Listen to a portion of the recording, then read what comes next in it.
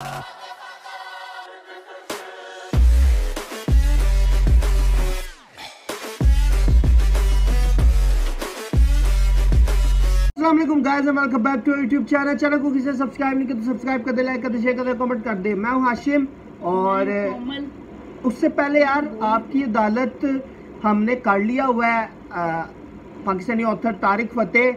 इसके अलावा कोई और हो आपकी अदालत या और कोई इंटरव्यू हो जिसके हम पार्ट्स करें तो आप नीचे कमेंट ज़रूर करना, हम ज़रूर उसके पार्ट्स बना के करेंगे। आज हम लास्ट पार्ट करने जा रहे हैं तारिक फतेह ने आपकी अदालत 2016। देख लेते हैं क्या है। Let's start. मेहमान है तारिक फतेह आपकी अदालत में अगला इंसान। आपकी अदालत में राइटर और कमेंटेटर तारिक फतेह पर इल्जाम है कि ये पब्लिसिटी के लिए बेसिर पैर की बातें करते हैं। है मुझे लगता है साहब थोड़ा ठीक है। अब देखिए ये सब लोग कहते हैं, हाँ कुछ भी आप कह देते हैं। अभी नाम बदलने की बात की, कपड़े बदलने की बात की। आप कहते हैं कि भारत अकेला ऐसा मुल्क है जहां पर मुसलमान खुल के सांस ले सकते हैं। क्यों गलत कह रहा हूँ क्या मैं? क्या सऊदी अरेबिया मुझे बताइए कजाकिस्तान में ले सकते हैं? नहीं। तुर्की में आपने देख लिया? नहीं। ईरान के आयतुल्लाह को देख लिया? बोल ही नहीं सकते। सऊदी अरेबिया में, कतर में, इजिप्ट में, मोरक्को में, एक बेचारा इंडोनेशिया में से हमारा बचा हुआ वहाँ भी भेज रहे हैं पैसे अपने मौलवियों को भेज के तबलीगी जमात जारी तबाह करने। वरना इंडोनेशिया वो भी देखिए उसमें इंडो लगा हुआ है साथ। यार बताते हैं कि लाहौर हिंदू सिटी है। हाँ ये आपको नहीं पता था? लाहौर हिंदू सिटी है, ये तो मैं मानता हूँ। राम के बेटे लव या प्रोनाउंसिएशन में नहीं, केश और लव, कुश और लव, तो ये लाहौर और कसूर हैं। ऐसा ही है कि मक्का में मुसलमान ना हो, ये मुमकिन हो सकता है कि लाहौर में हिंदू कोई नहीं है? वही नहीं। अभी मरा जाए तो उसके देयर इज नो इंसिनरेटर या क्रिमेटरी टू बर्न हिम। पाकिस्तान के हिंदुओं को दफन करना पड़ रहा है। आप लोग सो रहे हैं यहाँ बैठे, इंडिया राइजिंग, इंडिया शाइनिंग। देखिए मोहल्ले में क्या हो रहा है, लोगों के साथ ज्यादती। हिंदू मुसलमान का सवाल नहीं है। पाकिस्तान के ईसाई शहरों के ऊपर हमले हुए हैं। ईसाई लड़की ने, आसिया बीबी, कब से है जेल में? आज 7-8 साल हो गए ना। उसको जब गवर्नर गया बचाने के लिए उसको शूट कर दिया उसके बॉडीगार्ड ने। अब किस किस चीज पे आप खामोश रहेंगे सर? यह आपके मोहल्ले में हो रहा है। आपके अपने घर के मोहल्ले में हो ना, आप सड़क पे निकल आए। लेकिन ये सब बातें आप जब नरेंद्र मोदी प्रधानमंत्री नहीं बने तो उससे पहले भी कहते थे या अभी कहने लगे? अरे मैं तो यहाँ आया हूँ जब आपके प्राइम मिनिस्टर मनमोहन सिंह थे। मैंने तो नहीं सपोर्ट किया मोदी साहब को इलेक्शन में। मैं तो आपसे कह रहा हूँ कि मेरी रुझान जो है that is left of centre. मैं तो शशि थरूर टाइप के पॉलिटिशियंस को। लेकिन अब तो ऐसे लगता है कि जो मोदी करते हैं आप उसको सपोर्ट करते हैं। भाई अगर ठीक काम कर रहा है तो मैं पागल हूँ कि ना करूँ सपोर्ट? हाँ एक बंदा ठीक काम कर रहा है तो उसको सपोर्ट करना। ये क्या बात है? देखिए मोदी साहब पे जो इल्ज़ामात हैं मुसलमानों के वो झूठ साबित हो गए। वो अभी भी लगे हुए हैं। ओके, जब उन कानूनी तरीके से भी उन पे कोई इल्ज़ाम नहीं है। जब वो ये कह रहे हैं कि गुजरात में उस ट्रेजिडी के बाद राइट बंद हो गया मुसलमानों के अगेंस्ट, जो हर साल सीज़न होता था, एक दोनों तरफ के दादागिरी निकलते थे, दंगा, जिन लोगों का काम ही दंगा फसाद था, वहाँ इकोनॉमी ठीक होती है तो दंगे फसाद ही चले जाते। अब he is on the right path. He has taken the correct position on Bangladesh. आप देखिए कौन इंडियन प्राइम मिनिस्टर जाके बांग्लादेश में, जो इंडिया का सबसे क्लोजेस्ट एलाय है, लेकिन 90% of Indian don't like Bangladesh. क्यों? कोई गवर्नमेंट की पॉलिसी नहीं है कि हाउ टू अकोमोडेट एक मुस्लिम कंट्री जिसका कॉन्स्टिट्यूशन सेकुलरिज्म बिलीव करता है। 52 कंट्रीज में से एक है। बहादुर प्राइम मिनिस्टर, खटाखट मर्डरर्स को उसने टांग के रख दिया। जो किसी में दम नहीं है वो कर रही है। He went there to consolidate the ties that India has in liberating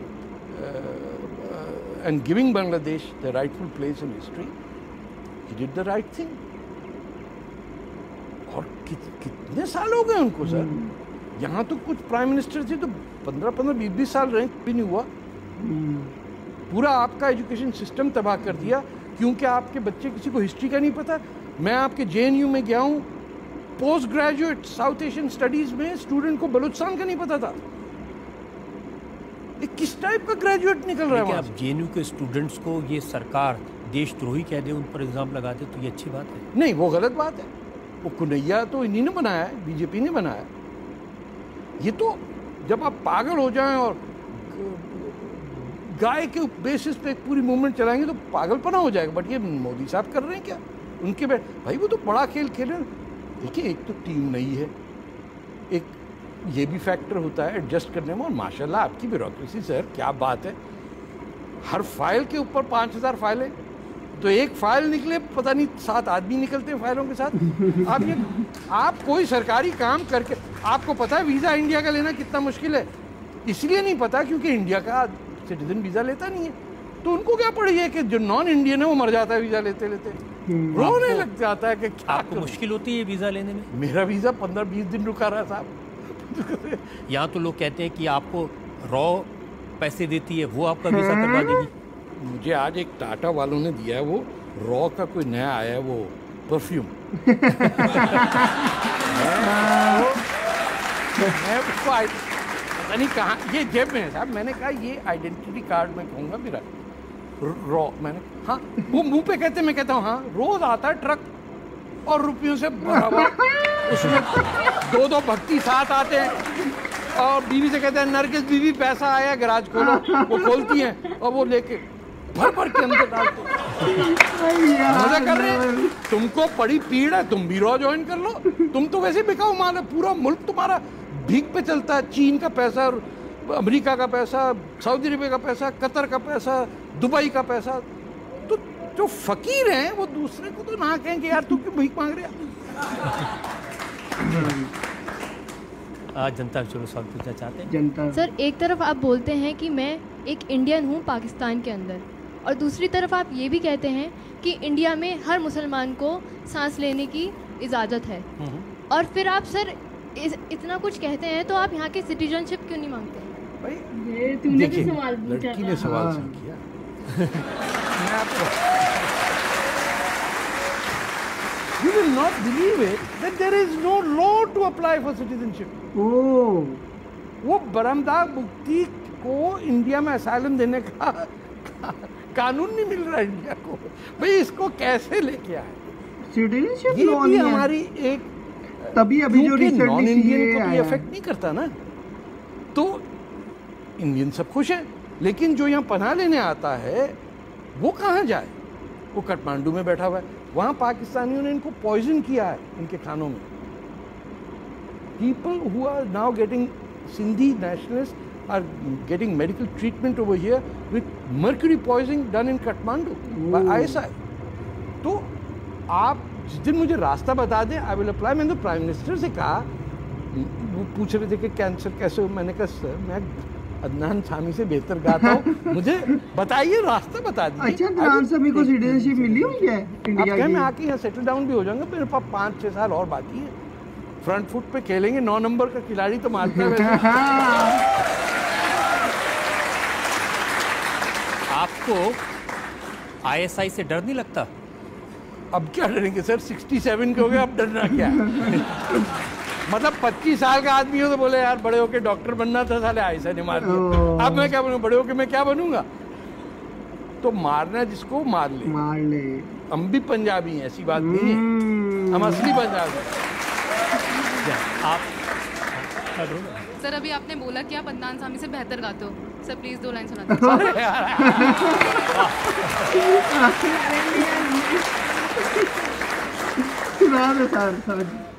सुना दूँ? जरूर जरूर। ये मैंने अपनी बीवी के लिए गाया था। अच्छा। और ये 19 अर्ली 70s में। ये आप चला भी देंगे टीवी पे? Oh my God. चलो अच्छा। गाओ। गा दें, बाकी खड़े होके गाना। चाहते हैं प्लीज गाइए। माइक वाइक दो यार, ताकि हम ऐसे लगे अदनान साहब।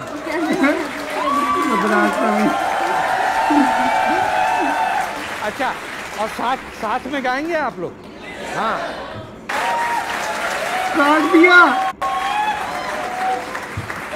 तारिक साहब, हर तरह के इल्ज़ाम हमने लगाए और जैसा आपका स्वभाव है, अंदाज है आपका, आपने हर चीज़ का खुल के जवाब दिया। हम एक ब्रेक के रुकेंगे और ब्रेक के बाद सुनेंगे आपकी अदालत में आज के जज मुनव्वर राना का फैसला आज के मुकदमे।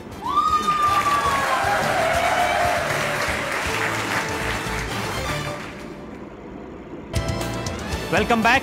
आपकी अदालत में आज हमने मुकदमा चलाया कंट्रोवर्शियल तारिक फतेह पर। गाना तो काट दिया। हमने उनसे पूछा पाकिस्तान के लोग उनसे इतनी ज़्यादा नफरत क्यों करते हैं, इतने नाराज़ क्यों रहते हैं। हमने उनसे पूछा उनके कंट्रोवर्शियल बयानों के बारे में, उनकी ज़िंदगी के बारे में। ये भी पूछा कि क्या उनको डर नहीं लगता वो ऐसी बातें करते हैं। तारिक फतेह ने जैसा उनका तरीका है हर सवाल का बेबाकी से जवाब दिया। अब वक्त है आपकी अदालत में आज के जज जाने माने शायर मुनव्वर राना के फैसले। मुनव्वर राना एक बहुत मशहूर शेर है जफर गोरखपुरी का, वो शेर से कितनी आसानी से मशहूर किया है खुद को, कितनी आसानी से मशहूर किया है खुद को, मैंने अपने से बड़े शख्स को गाली देकर।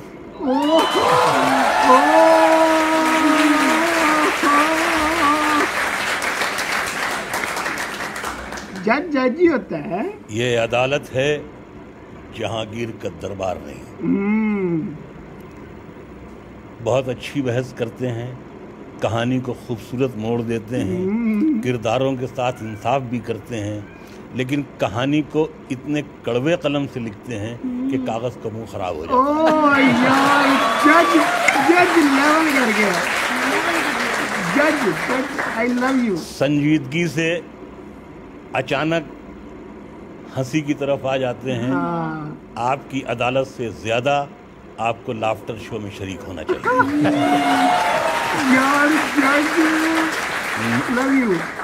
मैं अपने फैसले में सिर्फ ये कहना चाहता हूँ कि आज तक जो भी हुआ उसको भुला देना है। आज से तय है कि दुश्मन को दुआ देना है। आ मेरे यार, फिर एक बार गले से लग जा, फिर कभी देखेंगे क्या लेना है क्या देना है।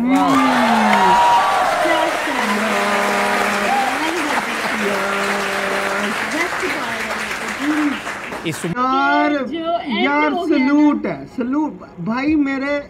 व्हाट अ जज। मुनव्वर राना था ना, मुनव्वर राना भाई बहुत आला यार। मेरी एक एक बात मुनव्वर राना ने बोल दिया।